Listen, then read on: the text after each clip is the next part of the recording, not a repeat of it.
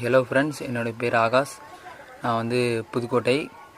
இப்போது SSC exam வந்து prepare பண்ணிகிட்ருந்தேன். இப்போ எக்ஸாம் கிளியர் பண்ணிட்டேன். இப்போ ரன்னிங் பார்க்கும்போது எந்த ஒரு ஐடியாவுமே இல்லாமல் நானாக தான் ரன் பண்ணிகிட்ருந்தேன் கிரவுண்டில். அப்போது நான் வந்து ஜூன் 18 காசோ ஃபிசிக்கல் அகாடமியில் வந்து ஜாயின் பண்ணேன். ஃபஸ்ட்டு ஆன்லைன் ட்ரைனிங் பார்க்கும்போது ஒரு மாதிரி டவுட்டாக தான் இருந்துச்சு. என்னடா அது ஆஃப்லைனில் பண்ணுவோமான்னு தெரில, ஆன்லைனில் சரியாக பண்ணுவோமா என்னென்னு. இப்போது பார்த்தீங்கன்னா நான் ஜாயின் பண்ணி 20 days ஆகுது. நான் ஜாயின் பண்ணும்போது என்னோடய டைமிங் வந்து 28:36 வந்துச்சு. இப்போ என்னோடய 20 daysக்கு அப்புறம் என்னோடய டைமிங் வந்து 23:44 வருது.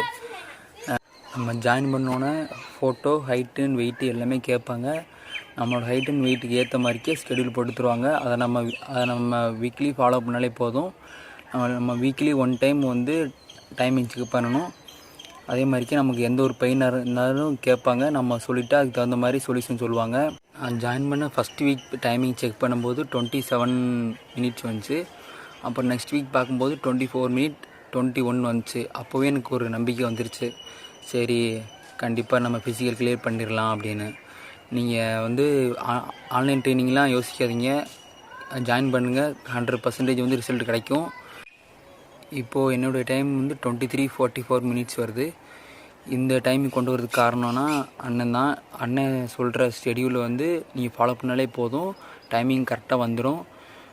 நீங்கள் வந்து அண்ணன்கிட்ட எந்த ஒரு டவுட்னாலும் கேட்கலாம்.